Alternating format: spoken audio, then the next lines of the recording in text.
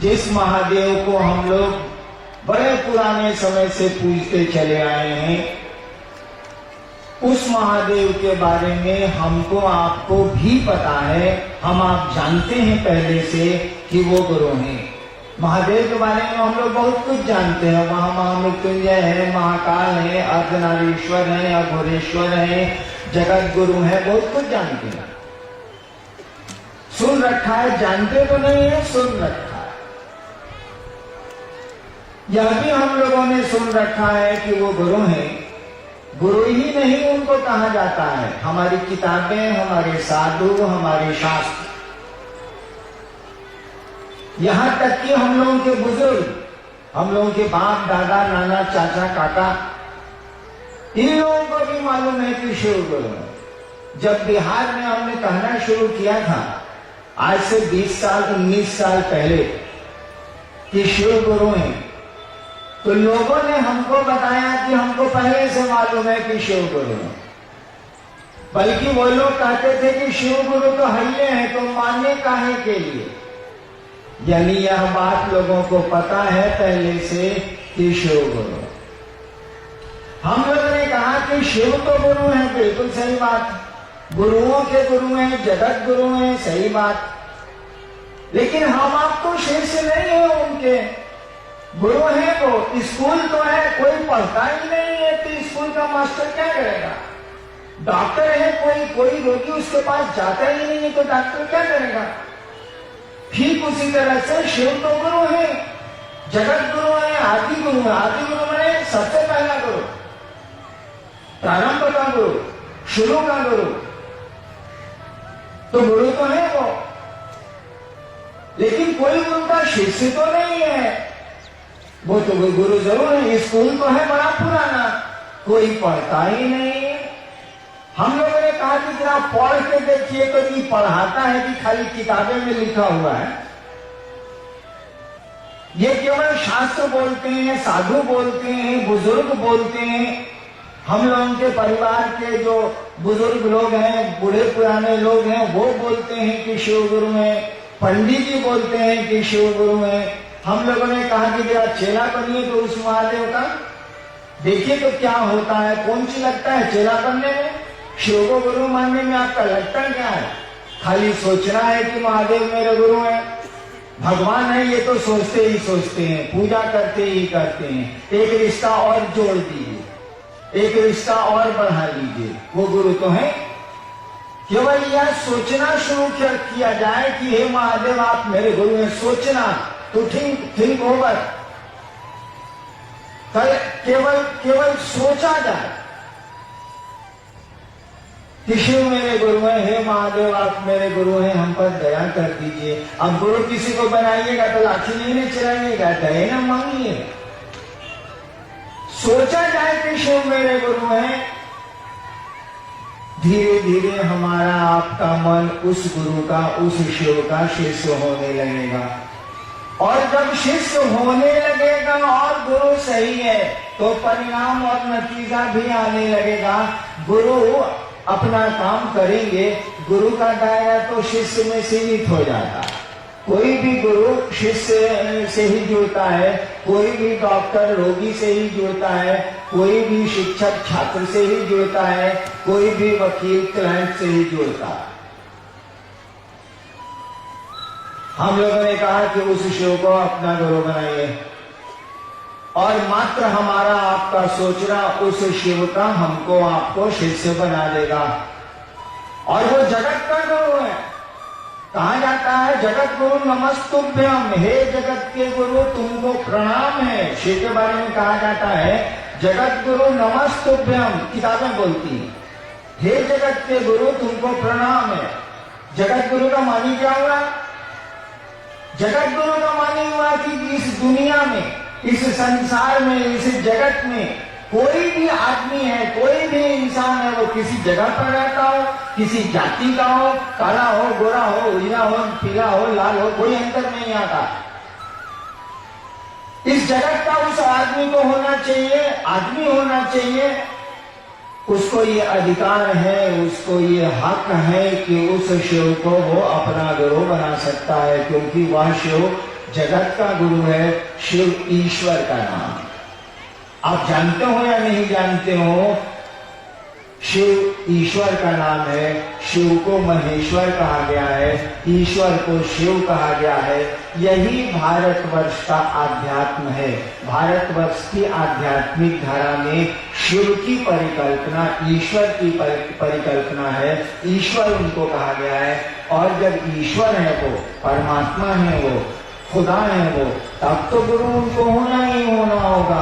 क्योंकि ईश्वर अगर गुरु नहीं है तो संसार में कोई गुरु नहीं है। ईश्वर अगर पिता नहीं है तो संसार में कोई पिता नहीं है। ईश्वर में अगर माँ का गुरु नहीं है तो संसार में कोई माँ हो ही नहीं सकती। क्योंकि यह पूरी की पूरी कायनात, पूरी की पूरी सृष्टि उसी शिव की इच्छा से बनी।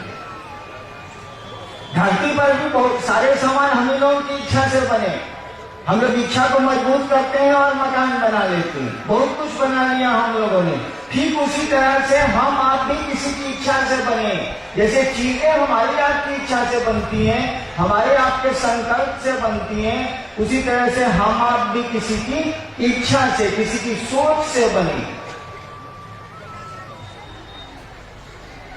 और रिश्ता न रुद्राक्ष बनाएगा, न कपड़े बनाएंगे, न पैसा बनाएगा, न बोली बनाएगी। कोई भी रिश्ता मन बनाता है हमारा आपका, पैसे नहीं बनाते, ये रुद्राक्ष नहीं बनाता, ये कपड़े नहीं बनाते। संबंध हो सकता है ये सहयोग दे, मदद करें, संबंध नहीं बनाते। बोली भी संबंध नहीं बनाती। बोली हम लोग बहुत बढ़िया बढ़िया बोलते हैं, लेकिन कोई संबंध नहीं होता। कई बार आप दूसरों को प्रणाम करिएगा। एक बार मैं गांव गया, सिवान मेरा घर है, बिहार जिले में, बिहार राज्य में। एक आदमी को मैंने कहा, काका गोड़ ना नहीं। मेरा साथी था, वो आदमी चला गया तो मेरा साथी पूछा कि बॉस ये कौन आदमी था। उसे मैं पटना में मजिस्ट्रेट था, कौन आदमी था। तो हमने कहा ये सारा कुकुर है। देखिए, गोली से तो काका को प्रणाम किया हमने, लेकिन मन बुझ रहा है कि पूरे गांव को लड़ाता है, पूरे गांव में झगड़ा कराता है। लेकिन गांव के रिश्ते में वो चर्चा लगता है, तो शिष्टाचार में तो काका प्रणाम करना ही नहीं करना। तो बोली भी संबंध कहाँ बना रही है, मन संबंध बनाता है। यह बोलना कि शिव मेरे गुरु है, इससे हम आप शिष्य ना हो जाएंगे। ठीक है, बोली का असर होता, शब्दों का प्रभाव होता, शब्दों का असर होता, लेकिन यह मात्र केवल बोल देने से कि हम शिव के शिष्य हैं, या कंगन बांध लेने से कोई शिव का शिष्य नहीं होगा। जब तक आपका मन उस महादेव को अपना गुरु नहीं बनाएगा, अपना गुरु नहीं समझेगा, तब तक महादेव हमारे आपके गुरु नहीं होंगे।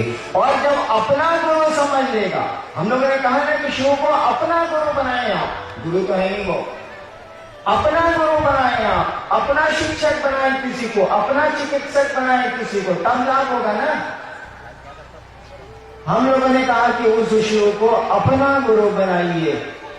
अपना का अर्थ समझते हैं, खूब समझते हैं। जब अपना समझ लीजिएगा ना, तो किसी को कुछ कहने की जरूरत नहीं है, आपको सब समझ में बात आ जाएगी।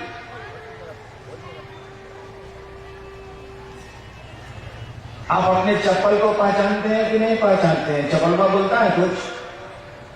कितना लोग यहाँ बैठा हुआ है, जो होशियार होगा चप्पले पर बैठा होगा। हम लोग लड़का थे, अपन भाषण वाषण सुनने जाते थे गांधी मैदान पटना उटना में, तो अपना चप्पल में नीचे रख के बैठ जाते थे कि सारे अब चोरावत तो कहां से चोराई। लेकिन कुछ लोग होंगे जो बड़ा भक्ति भाव से आए होंगे कि महादेव की चर्चा है, चप्पल को उधरे खोल के आओ यार। वो जब जाएगा उठ के वो आदमी, भीड़ जब निकलेगी तो अपना चप्पल पहचान लेगा। दूसरा हवाई चप्पल रहेगा, उसमें भी अपना चप्पल पहचान लेगा। ये हमारा चलो इसे वो टुकड़ा कहाँ दिया, वो वहां है, वहां देखो खोज लेगा। वो कहा खोज लिया?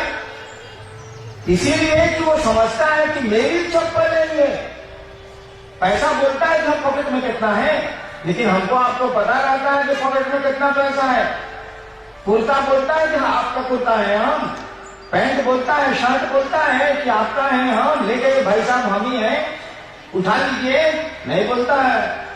आप उसको अपना समझते हैं इसीलिए ढूंढ लेते हैं, अपना समझ लेते हैं इसीलिए पूरी की पूरी पहचान उसकी आपके दिमाग में बनी हुई है। उस शिव को भी जब अपना समझ लीजिएगा ना तो किसी को कुछ करने की जरूरत नहीं है, शिव को बढ़िया से पहचान लीजिएगा। लेकिन उस शिव को अपना समझिएगा कैसे? हमारा आपका मन तो धरती को अपना समझता है, अपनी चीजों को अपना समझता है, अपनों को अपना समझता है। वो शिव को अपना कैसे समझेगा? वो तो शिव के पास हम लोग अपने लिए जाते हैं, अपनों के लिए जाते हैं। महादेव के पास गए, प्रणाम किया, जल ढारा। बंगाल में तो उसकी भी जरूरत नहीं है, गाल बजा लिया, काम हो गया। अब महादेव से कहा कि सरकार ये दिक्कत है, ये दिक्कत है, ये दिक्कत है, ये दिक्कत है, थोड़ी आप कृपा कर दीजिए, थोड़ी दया कर दीजिए। देखिए महादेव के लिए महादेव के पास हम लोग कहाँ जाते हैं? हम लोग तो जगत के लिए शिव के पास जाते हैं। और यही कारण है कि आप जब नमः शिवाय करते हैं, पूजा करते हैं नमः शिवाय, तो शिव को प्रणाम होता नहीं। वो तो शिव को इसलिए प्रणाम हम लोग करते हैं कि दुनिया चाहिए। ऐसा हम लोग की कोई गलती नहीं है, हम लोग का कोई दोष नहीं है। रावण भी गया था त्रिलोक की शक्ति मांगने, अर्जुन भी गए थे पशुपतास्त्र मांगने, बृहस्पति भी गए थे वाचस्पति की उपाधि मांगने, शुक्राचार्य भी गए थे संजीवनी विद्या लेने, भगवान विष्णु भी गए थे चक्र सुदर्शन लेने। जब वही लोग गए थे तो हम लोग कहते हैं तो कौन खराब बात है भाई, हमें जेबे करेंगे, हम लोग जरूरत है तो। लेकिन सामान से काम नहीं चलता है, शक्ति से काम नहीं चलता है। उसके लिए ज्ञान भी चाहिए, उसके लिए समझ भी चाहिए। मेरे सामने माइक्रोफोन लगा हुआ है ना, आप तक आवाज मेरी जा रही है ना? अभी एम्पलीफायर वाले मिस्त्री चले या उधर कोई गड़बड़ी हो जाए, अगर हमको आपको इसका ज्ञान नहीं है कि चालू कैसे होता है, तो समूचा प्रोग्राम भंडोल हो जाएगा। सुन ही नहीं सकेगा कोई, इतना आदमी कैसे सुनेगा बिना माइक्रोफोन के, बिना एम्पलीफायर के? देखिए शक्ति इसमें है, लेकिन शक्ति को संचालित करने वाला उसके पास ज्ञान है, बैठा हुआ है एम्पलीफायर के पास। शक्ति इसमें है, लेकिन शक्ति ये संचालित कैसे होगी, चलेगी कैसे, ये काम कैसे करेगी, इसकी समझ रखने वाला जो है ना, वो एम्पलीफायर के पास बैठा हुआ है, उसको ज्ञान है। हमारे पास ज्ञान नहीं है, हम इसका उपयोग नहीं कर सकेंगे। ठीक उसी तरह से सामान से काम नहीं चलेगा, संपत्ति से काम नहीं चलेगा, शक्ति से काम नहीं चलेगा। इन चीजों को चलाने की समझ भी चाहिए। समझ में ज्ञान, गुरु ज्ञान देते हैं, सुना है ना, गुरु से ज्ञान मिलता है। ज्ञान असमझ एक ही चीज है। हम लोगों ने कहा कि आप महादेव से मांगने तो जाते ही जाते हैं, जाएंगे ही आप, हमारे आपके साथ तो अच्छा नहीं है, हम लोग क्या करेंगे? सुना है कि आशुतोष है, तुरंत दे देते हैं, तभी तो भीड़ है। हम लोगों ने कहा कि दानी महादेव से तो आप लेने जाते हैं, अरे ज्ञानी महादेव भी वो है भैया। जो दानी महादेव है वो ज्ञानी भी है, तो ज्ञान का ही नहीं लेते हैं। बिना ज्ञान के कुछ चलेगा? कुछ नहीं चलेगा। हाँ, याद करिए तो देखिए वो पीछे बैलून बिक रहा। अगर मैं 5 साल का होता, अब बाबूजी कहते कि चलो चलो मंच पर चलो, चर्चा होता महादेव के, हम कहती कि बाबूजी पहले हमरा कहूँ बैलूनवा किन दी तो अब चल। क्यों? बच्चा तो समझेगा, बच्चों को क्या मतलब, कोई चर्चा हो रही कि क्या हो रहा। लाल बैलून चाहिए, चाहे लाल रुई वाली मिठाई दिख रही थी, मैं बचपन में बहुत खाता। रुई वाली मिठाई अभी देखा, थोड़ी देर पहले दिख रही थी बांस में, तो बच्चा तो उसी के पास जाएगा, उसको उतनी ही समझ है। एक बार मैं दार्जिलिंग गया, बाबूजी पूर्णिया में अफसर थे मेरे, मैं बहुत छोटा था। दार्जिलिंग में वो सीटी बिक रही थी, सीटी नहीं रहती, सीटी बजाने स्काउट्स में जो होती। दुकानदार से हमने सीटी ले ली, दुकानदार बोला 1 रुपया दाम। सोचिए 1953-54 में 1 रुपए की क्या कीमत होगी। उस समय मेरे पिताजी मजिस्ट्रेट थे और उनकी तनख्वाह थी 125 रुपए। मैं मजिस्ट्रेट हुआ तो मेरी तनख्वाह थी 500 रुपए। बाबूजी जब मेरे मजिस्ट्रेट हुए थे 1952 में, तब तनख्वाह थी 125 रुपये। और सीटी जो दार्जिलिंग में बेच रहा था दुकान वाला, बोला 1 रुपया में। 1 रुपया में तो उस समय 1 मन चावल मिलता था। बाबूजी ने कहा नहीं खरीदेंगे। हम कहा कि कैसे नहीं खरीदिएगा, ये हम देखिए लेते हैं। 3 दिन तक जे छरियाए कि सीटी किना गया। रास्ता भर ट्रेन में दार्जिलिंग से पूर्णिया तक, कटिहार तक सीटी बजाते आए, फुर फुर फुर सीटी बजाते आए। देखिए, उसके लिए हम 3 दिन तक झगड़ा किया और सीटी किनवाई लिया 1 रुपये की। अब आप हमको 10 को सीटी ला के दीजिए तो कि सर आप देवघर से आए हैं, महादेव की चर्चा करने आए हैं, आपको सौगात के रूप में हम लोग 10 को सीटी लेके आए हैं। हम कहेंगे खोस लीजिए, फुरफुराते रहिएगा। हम क्या करेंगे? सीटी। देखिए ज्ञान, देखिए बुद्धि। आपका 2 बच्चा है, प्लास्टिक की गाड़ी के लिए आपस में लड़ा जाएगा। जब आप ही खरीद के दिया 2 रंग की प्लास्टिक की गाड़ी खरीद दीजिए अपने 2 बच्चों को, दोनों मार कर लेगा अगर एक दूसरे को छू दिया प्लास्टिक की गाड़ी को। और जबकि जानता है कि माई खरीद के दे दिया, चाहे बाबूजी खरीद के दिए हुए, उसकी समझ ही उतनी है। धीरे धीरे जब उसको शैक्षणिक ज्ञान मिलता है, धीरे धीरे जब उसको समझ हो गए, समाज से मिलती है, शिक्षकों से मिलती है, तब वो समझता है कि सीटी से जिंदगी नहीं चलती, बैलून से जिंदगी नहीं चलती, प्लास्टिक के खिलौनों से जिंदगी के दिन नहीं गुजरते हैं। ठीक उसी तरह से जब गुरु ज्ञान देंगे आपको, तब आपको समझ में आएगा कि आप महादेव से क्या मांगने जा रहे हैं, क्या चीज ले रहे हैं आप। बिना समझ के तो आप मान भी नहीं सकते हैं।